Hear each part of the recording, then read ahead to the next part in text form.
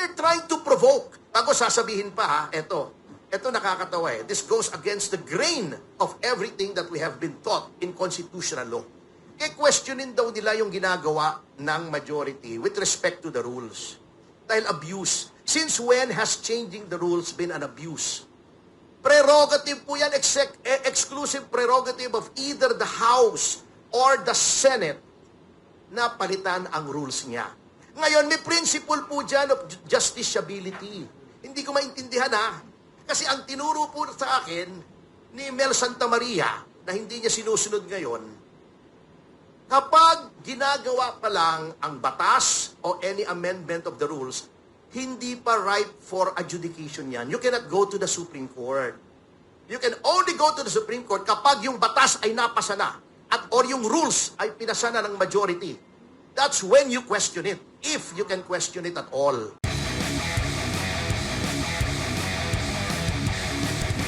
Nais po naming ihayag ang aming pagkabahala, ang aming pagkadismaya sa mga pangyayari na nagaganap po ngayon tungkol po sa ating Senado.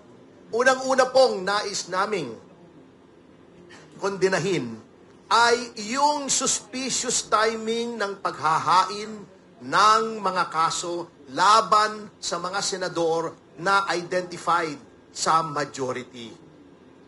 Nakita naman po ninyo, at matagal na naman namin sinasabi, ang ombudsman po ngayon ay puppet ng Malacanang.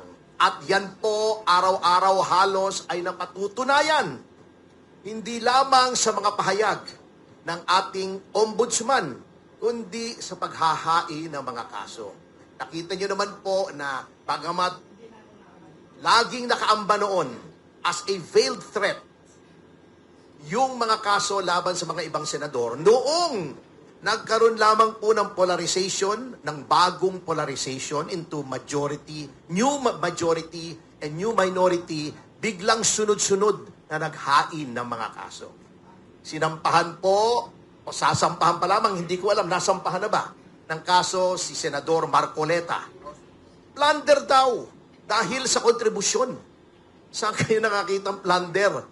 Dahil sa campaign contribution. Kung tama po yun, wala na pong pwedeng mag-contribute sa kampanya ng kahit sino. Lalong-lalo na kung ang tatakbo ay isang re-electionist or a sitting official na running for another position. Kasi lahat po yan magiging plunder, magiging graft, magiging by reason of his office. Hindi po yan ang intensyon ng election law with respect to campaign contributions. Pero, wine-weaponize po nila yan. Nakita nyo naman ang collusion between supposedly independent bodies, constitutional bodies, at ang executive.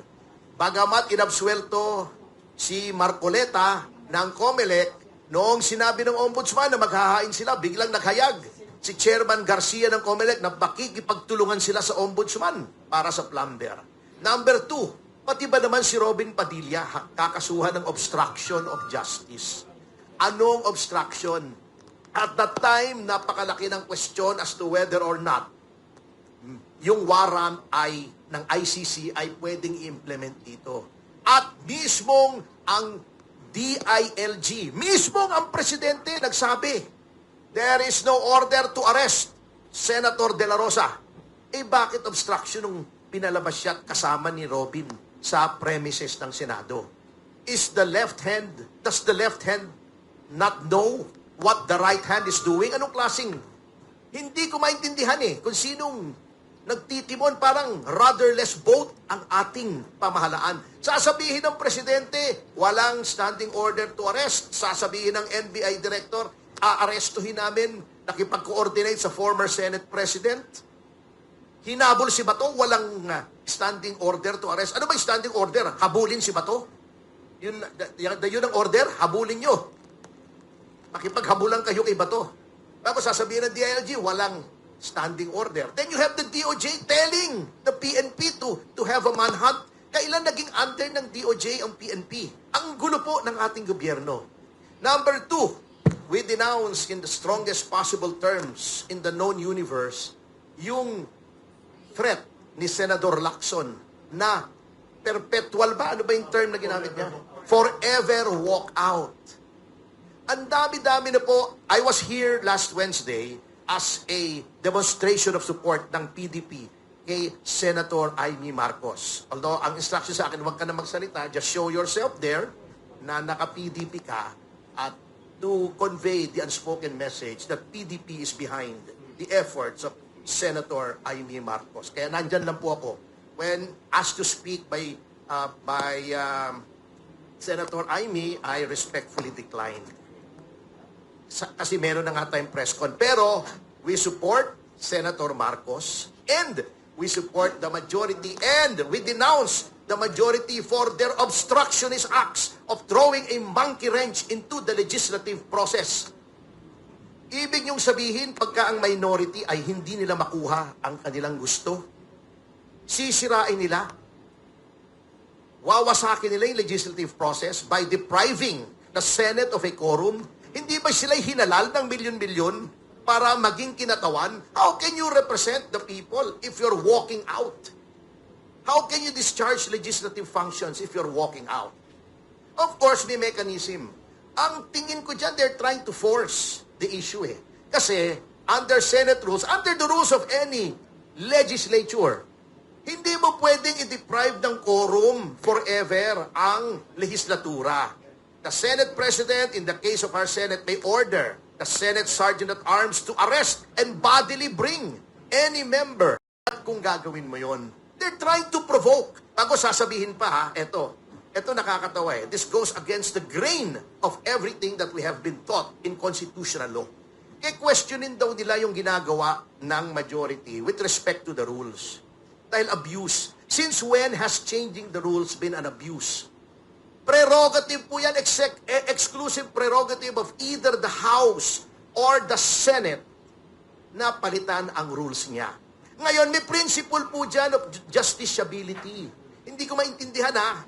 Kasi ang tinuro po sa akin ni Mel Santamaria na hindi niya sinusunod ngayon, kapag ginagawa pa lang ang batas o any amendment of the rules, hindi pa ripe for adjudication yan. You cannot go to the Supreme Court.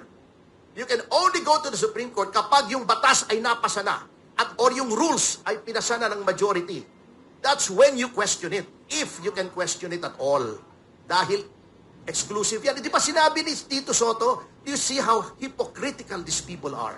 Sabi ni Tito Soto, the Senate has the exclusive right to make its rules, blah, blah, blah. Pagkatapos ngayon, pupunta daw siya sa Supreme Court para questionin kung bakit iniiba yung rules.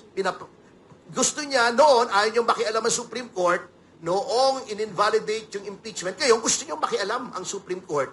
On the same principle, yung acts exclusively belonging to the province of the Senate in performing.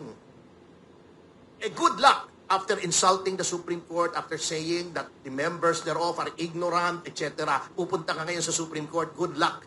Ha? Baka ang mangyari sa kanya pag may sinabi siya sabihin sa kanya ng Supreme Court acheche. I-insultuhin mo yung Supreme Court, baka pupunta roon.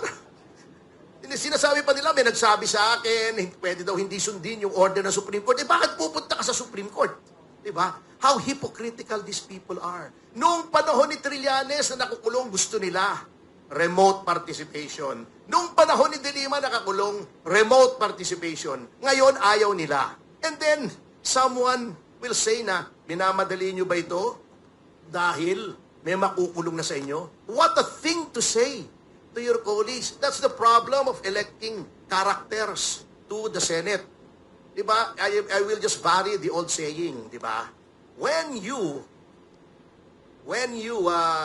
elect clowns to the Senate, the clowns do not become honorable. The Senate becomes a circus. Matindi po yung sinabing yun. If there's anything that is unparliamentary, hindi yung ginawa ni Senator Amy, because that forms part of the prerogative of any senator to rise on a question of privilege. Hindi kasi marunong yung ibang mga senador natin. Kung mababasa nila yung mga ibang privilege speeches before martial law, ni na Jokno, ni na Ninoy, mas matitindi pa sa ginawa. Those of you do not remember, matanda na po kasi ako yata pinakamatanda rito Kasi before the advent of the internet, of social media, lahat po ng privilege speeches ng mga senador, pinapublish nila. Then meron noong tinatawag na franking privilege. Libre po, pag nag-mail sa inyo ang mga senador ng kahit ano, libre, hindi kailangan ng post office, stamp. Ginagamit po yun ng mga senador, daan-daang libo minimail nila kung sino-sino, lalo na yung mga local government officials. My father was a board member, he was a councilor. Lagi siya nakakatanggap ng kopya ng mga privilege speeches, pinababasa niya sa akin. Matitindi. Si Ninoy accused President Marcos Sr. of orchestrating the Jabida Massacre. Ngayon, dinibang, wala naman palang pruweba, sabi ni Bobby Tiglao. Hindi po kailangan na may proof doon. Privilege nga yun Why is there such a doctrine as the rubric of privilege? It's to encourage every senator in representation of the millions who voted for him or her na magsalita freely without fear of reprisal except before his peers by way of an ethics committee complaint.